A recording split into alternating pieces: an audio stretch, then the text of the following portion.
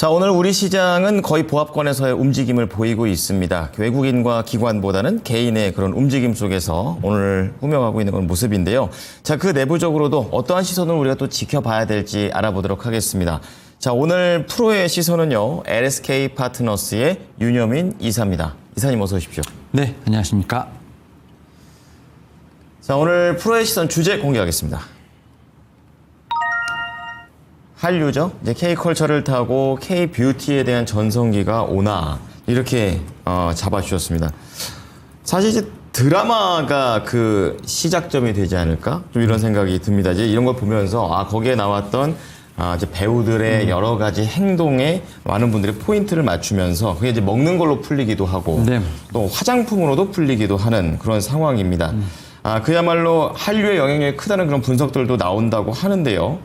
최근에 이제 이러한 부분들에 대해서는 이사님은 어떻게 생각하십니까? 일단은 이 화장품 어떻게 보면 자체로만 제가 볼 때는 볼 것이 아니라 네. 약간 K컬처와 좀 제가 볼 때는 연관지어서 뭐 K컬처, 뭐 K푸드, 여기에 또 K뷰티 이런 네, 식으로 좀 콜라보 되는 것이 아닌가라는 좀 생각은 하고 있는데요. 사실 이제 뉴욕타임즈에서 최근에 뭐 이런 얘기가 좀 나왔습니다. 한국은 어떻게 문화 강국이 됐나?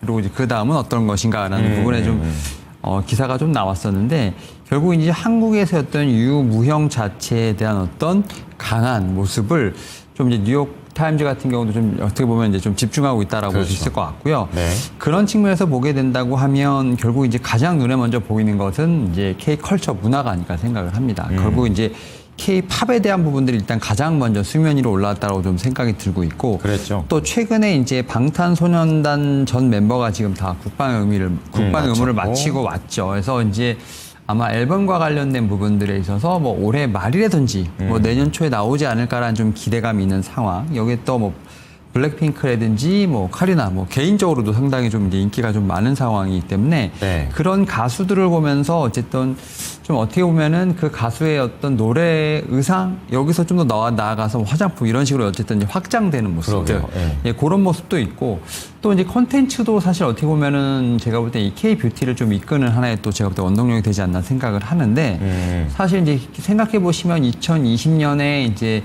기생충이라는 영화가 이제 미국 아카데미 작품상을 좀 받은 이후에 사실 어떻게 보면 그 이후부터 쭉 어떻게 보면 이제 많은 작품들이 나왔는데 특히 이제 6월 27일이 아마 이제 이번 주 금요일이죠. 이제 오징어 게임 시즌 3 마지막 에피소드죠. 네, 그게 이제 오픈이 되면 사실 이제 넷플릭스 같은 경우가 사실은 이 오징어 게임으로 상당히 많은 아시아권에서의 어떤 수출을 올렸기 때문에 인지도가 인지도 올렸기 때문에 이런 부분에서 제가 볼 때는 이런 어떤 컨텐츠나 이제 어떤 K-팝에 대한 부분들이 어떻게 보면 이제 좀 연결되는 것이 아닌가, 뭐 K-푸드라든지 K 어떤 뷰티로 연결되는 것이 아닌가라는 좀 생각을 하고 있고요.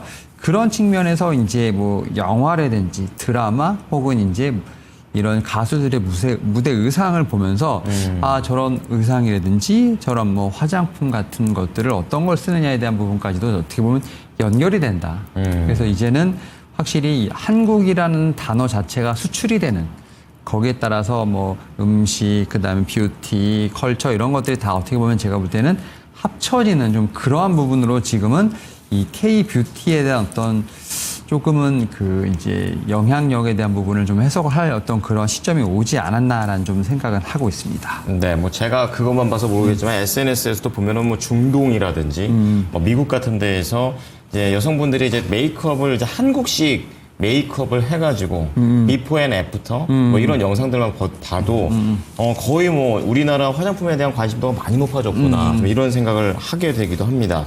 자, 그렇다면은 이러한 한류로 흘러가는 이런 전반적인 트렌드 자체가 결국에는 뭐 매출이라든지 여러 가지 실질적인 숫자, 최근에 뭐 이제 숫자에 대한 부분 많이 좀 강조를 해주시고 계시는데 그렇다면 뭐 미국이나 뭐 가깝게는 이제 일본 그리고 그 멀리는 화장품에 최근에 좀 많이 독보적으로 보이는 게 유럽 같기도 하고요. 상당한 좀 수출의 흐름을 좀 보이고 있죠. 네, 일단은 뭐 숫자와 관련된 부분들은 확실히 좀 명확하게 좀 다가오지 않나라고 좀 생각을 하는데 네. 일단 작년에 확실히 좀 숫자 아웃퍼폼했다라고 좀 말씀드릴 수 있을 것 같습니다. 그렇군요. 특히 미국이 어쨌든 전 세계 소비에 어쨌든 가장 좀 어떻게 보면 제가 앞서 있는 나라인데 지금 미국에서 지금 대미 화장품 수출액 같은 경우는 우리나라 돈이 한 2조 5천억 정도 된다고 하는데 네. 요게 샤넬, 디올 이런 프랑스네. 예, 뷰티 브랜드를 좀 보유한 프랑스를 처음으로 제치고 우리나라가 1위를 차지했다고 합니다. 그러니까 이제 인기가 좋네요. 네, 우리나라가 지금 이제 달러로 환산을 하면 17억 달러 그리고 프랑스가 12억 달러이기 때문에 한 5억 달러 정도 좀 차이가 난다. 그렇군요. 라고 생각이 들고 있고 뭐 어떻게 보면 이제 프랑스 같은 경우는 두 개 제품이 좀 어떻게 보면 중심이 되겠습니다. 우리나라는 뭐 인디 브랜드 시작해서 좀 사실 브랜드가 너무 다양하기 때문에 어떻게 보면 브랜드 인지도 자체에 대한 부분보다는 어떻게 보면 조금 많은 브랜드가 좀 들어간 부분들. 그냥 선수층이 두껍다. 이렇게 볼수 있는 네, 거죠. 그러다 보니까 어쨌든 네. 이제 미국에서의 어떤 선전이 좀 충분히 눈에 띄었다라고 말씀드릴 수 있을 것 같고 네. 미국뿐만 아니라 뭐 유럽에서도 상당히 지금 이제 선전을 하고 있는 상황이라 볼 수 있을 것 같은데 특히 뭐 영국 같은 경우도 1억 달러, 그 다음에 이제 폴란드 같은 경우도 지금 이제 상당히 좀 올라가면서 지금 영국 같은 경우가 지금 2023년 대비 2024년에 50% 약 50% 정도 증가했습니다. 네. 그리고 뭐 폴란드 같은 경우 161% 증가했다는 얘기가 좀 나오고 있는 상황이기 때문에 폴란드. 네. 유럽도 어떻게 보면 새로운 시장으로 좀 떠오르고 있다라고 좀 말씀드릴 수 있을 것 같고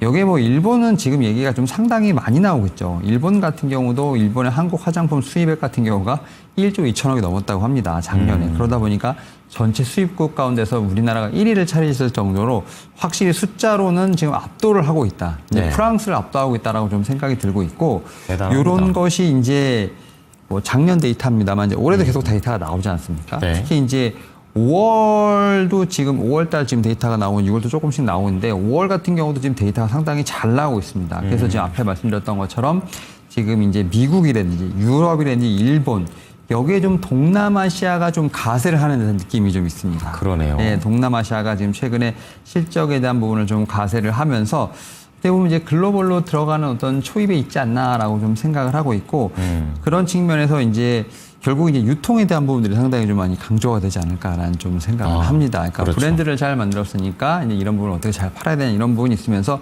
결국 이제 유통 채널에 대한 부분을 얼만큼 구축하냐에 따라서 하반기에도 좀 제가 볼 때는 이 숫자와 관련된 부분이 좀 달라지지 않을까라는 좀 생각을 했습니다만 결국 이런 부분이 좀 갖춰지게 된다고 우리는 흔히 말하는 일시적인 성장이 아니라 구조적 성장도 기대해 볼 수 있지 않을까 생각하고 있습니다. 네, 어느 정도 지금 질문에서 힌트가 좀 나오는 것 같습니다.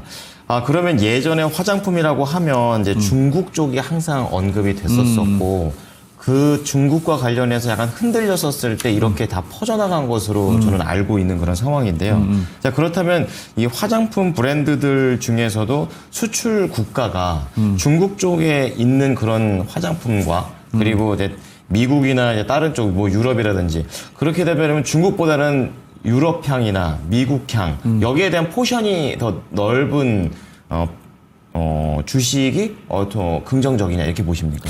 일단 말씀하셨던 것처럼 중국에 대한 어떤 수출이 많이 제한이 되면서 네. 그런 반대급부로 지금 미국 향이라든지 일본, 유럽 향에 대한 부분이 좀 많이 있었습니다만 사실은 뭐 지금 얘기가 나오는 게 뭐 한한령 해제에 대한 기대감 거의 몇 년째 나오고 있는 상황입니다만 그렇죠. 중국 같은 경우는 최근에 이제 미국과의 상호 관세에 대한 부분들을 어느 정도 마무리했습니다만 그럼에도 불구하고 그게 좀 다가 아닐 거란 생각을 합니다. 중국 같은 경우는 주변국들을 끌어안는 어떤 그런 모습이 나온다라고 생각이 들기 때문에 제 입장에서 보게 된다고 하면 미국과 일본과 어쨌든 유럽 향에 대한 수출이 늘어나는 종목들 같은 경우가 중국에 대한 어떤 매출이 플러스 알파가 되는 것이 상당히 좀 저는 매력 포인트가 아닐까 생각합니다. 그렇군요. 이제 9월 정도가 되면 단체 관광에 대한 무비자에 대한 어떤 제가 볼 때 정책이 조금 시행될 수 있는 상황이기 때문에 네. 그러한 측면에서 중국과의 거래가 다시 활발하게 이루어질 수 있지 않을까라는 좀 생각은 하고 있고요.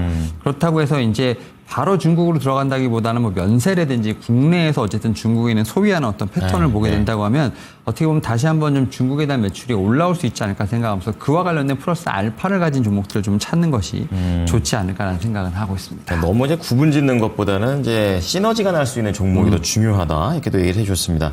자, 그렇다면은 앞서 이제 유통에 대한 얘기를 했는데 이제 국내에서 이렇게 해외로 수출되는 것 말고도 뭐 얘기를 지금 준비해 오신 걸 보니까 유럽 현지에서도 그냥 직접 만들어서 그냥 여기서 공급하겠다. 이제 이런 움직임들도 있다고 합니다. 이런 이제 어떻게 보면 역으로 OEM이나 ODM 뭐 이런 쪽으로도 또 갈 수 있지 않을까 이런 생각도 하게 되는데요. 이 부분은 어떻게 알고 있으면 될까요? 사실 어떻게 보면 이러한 어떤 뉴스라든지 이런 걸 보면 좀 약간 좀 가슴이 좀 웅장해지는 좀 그런 느낌이 아닐까 생각을 하는데. 그러게요. 유럽에 어떻게 보면 좀 브랜드 창업자들, 네. 뭐 본인들이 장인이라고 하는 어떤 그런 회사들이 오히려 우리나라를 벤치마킹하고 또 자체적인 브랜드를 내놓는다는 것 자체는 그만큼 우리나라에 대한 어떤 이 화장품에 대한 부분에 있어서 좀 경쟁력을 인정하고 배울 게 있다라고 생각한 네, 것 그렇지 같아요. 않나라고 좀 생각을 합니다. 그런 네. 측면에서 유럽 각국이 뭐 한국의 지금 화장품에 대한 성분을 조금 더 리서치하고 뭐 스킨케어의 뭐 철학이라든지 제조 노하우 같은 거를 조금 이제 공부를 해서 이제 유럽에 대한 어떤 맞춤형으로 K-뷰티에 대한 어떤 부분을 좀 약간 어떻게 보면 각색을 하는 거죠. 그냥 유럽화 시키는 거죠. 네, 그래서 K-뷰티가 뭐 고가는 고품질이라는 어떤 이 프랑스의 어떤 이런 프리미엄, 어떤 공식을 좀 깨면서 네. 합리적인 가격으로 해서 그렇죠. 네. 기능성 있는 좀 어떤 좀 선별적인 접근, 이런 것이 또 이제 유럽 현지에서도 일어나고 있다라고 좀 말씀을 드릴 수 있을 것 같고요.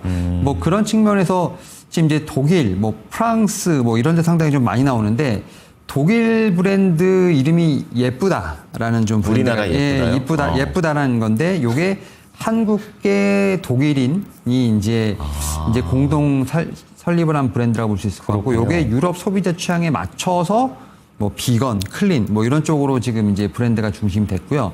특히 우리나라 같은 경우는 SNS를 좀 중심으로 해서 좀 마케팅이 많이 되는 상황이기 때문에 그렇죠. SNS 기반의 어떤 컨텐츠 마케팅, 뭐 친환경 포장 전략으로 지금 상당히 빠르게 좀 이 예쁘다라는 이 브랜드가 올라오고 있다. 약간 젊은 층을 중심으로 퍼지는 거군요. 그러면. 네, 그리고 핀란드에서는 화랑품이라고 이제 합니다. 옛날 신라 시대 화랑입니다. 네, 그런 거에 있어서 지금 이제 화랑품이라는 어떤 이런 브랜드 스토리텔링이 구성되고 있다라고 좀 말씀드릴 수 있을 것 같고, 네. 영국에서는 뭐 퓨어 서울, 요게 이제 브랜드는 아니고 K-뷰티 전문 리테일 플랫폼이라고 합니다. 아, 그래요? 그래서 어떻게 보면 이제 2019년에 현지 창업자들이 설립해서 60여 개의 한국 뷰티 브랜드를 좀 어떻게 보면 큐레이션하고 있다. 그러니까 이렇게 보면 어떻게 보면 이제 뭐 독일, 핀란드, 영국 이런 데서 어떻게 보면 이제 우리나라 제품에 대한 부분을 다시 큐레이션 한다던가 아니면 우리나라에 좀 이런 브랜드라든지 이런 명을 좀 모방을 해서 어떻게 보면 현재와의 좀 전략을 하고 있다는 것 자체는 네.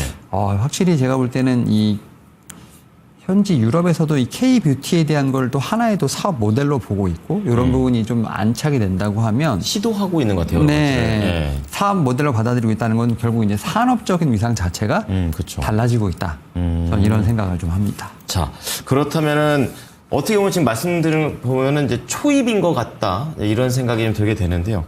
네, 종목으로 좀 바로 들어가 보겠습니다. 어떤 종목, 두 가지 종목 준비해 주셨네요. 네, 일단은 저는 이제 앞에서 말씀드렸던 것처럼 유통이 좀 상당히 중요하지 않을까. 네. 그러니까 이제 브랜드를 만드는 회사도 중요합니다만 결국 이제 어떻게 팔 것이냐. 아, 그럼요. 네, 그러니까 상당히 중요하지 접근성. 않을까 생각을 하고 있고. 예. 그런 측면에서 뭐 가장 대표적인 종목은 저는 뭐 실리콘투가 아닐까라는 좀 생각을 합니다. 다시 한번 강조해 주시네요. 예. 네, 최근에 실리콘투가 6월 11일 날 좀 52주 신고가 이후에 좀 급락 흐름이 나왔습니다만 이와 관련돼서는 폴란드향 한국 화장품 수출에 관련된 부분에 약간 통계적인 오류 뭐 이런 부분을 위해서 좀 해석이 잘못된 것이 아니냐는 어떤 그런 얘기가 좀 나오면서 네, 좀 주가의 좀 변동성이 상당히 강했습니다만 제가 볼 때는 그럼에도 불구하고 결국 이제 수출에 대한 부분은 계속 일어나고 있다. 그래서 숫자와 관련된 부분들 같은 경우가 좀 혼동이 있을 부분도 있겠습니다만 네. 결국 이제 폴란드향에 대한 부분들 뭐 4월보다 5월이 좋아지고 단가 역시 더 우상향하는 상황이기 때문에 오히려 이렇게 좀 눌릴 때 오히려 좀 잡는 방법이 좀 좋지 않을까라는 좀 생각을 합니다. 뭐 네. 그런 측면에서 유통 쪽에서 실리콘투 같은 경우는 관심주로 좀 계속 보고 있다라고 좀 말씀드릴 수 있을 것 같고요. 네. 그리고 제가 이제 두 번째로 갖고 온 종목은 이제 OEM, ODM 관련된 쪽이라고 좀 말씀을 드려야 될 것 같습니다. 아, 그렇군요. 제품 개발만 향상과 관련된 쪽이라고 볼 수 있을 것 같은데 그 가운데 이제 코스메카 코리아를 좀 가지고 왔는데 코스메카 코리아 같은 경우는 사실 이제 어떻게 보면 상반기 내에 그렇게 좀 실적 자체는 좋지 못했던 부분들 뭐 네. 그런 측면이 좀 주가에 많이 반영이 되고 있다라고 좀 말씀드릴 수 있을 것 같습니다만 다만 최근에 보게 되면 하반드 신규 브랜드 유입에 관련된 부분들이 좀 본격화되는 부분이 있습니다. 네. 그런 측면에서 오히려 외형 성장에 대한 부분들을 좀 하반기를 기대하는 부분들, 특히 뭐 잉글우드랩 지금 미국이라든지 뭐 예. 잉글우드랩 코리아 쪽에서 매출이 좀 나오고 있는 상황이기 때문에 이런 부분을 통해서 하반기를 좀 지켜보면 좋지 않을까라는 좀 생각을 하고 있고, 결국 포인트는 최근에 이제 뭐 APR이라든지 네. 어떻게 보면 이제 이런 달바 글로벌 같은 어떻게 보면 이제 단일 브랜드 같은 경우가 어떻게 보면 주가가 너무 많이 올라가고 지금 50 신고가를 갱신을 하고 있는 상황에서 결국 이제 글로벌화에 대한 부분들을 좀 보게 된다고 하면 어떤 네. 유통이라든지 OEM 관련된 종목들을 좀 볼 수 있을 것 같고, 그 가운데서도 좀 오르지 못했거나 혹은 뭐 살짝 조정인 종목들에 대한 부분을 공략하게 된다고 하면 화장품 섹터에 대한 부분들은 뭐 계속 좀 볼 수 있는 그런 어떤 섹터가 아닐까 생각하고 있습니다. 네, 실리콘2는 매집, 그리고 코스메카 코리아는 하반기를 노리면서 한번 지켜보자고 얘기해 주셨습니다. 이사님, 오늘 종목들 잘 지켜보겠습니다. 감사합니다. 네, 감사합니다. 지금까지 프로의 시선이었습니다.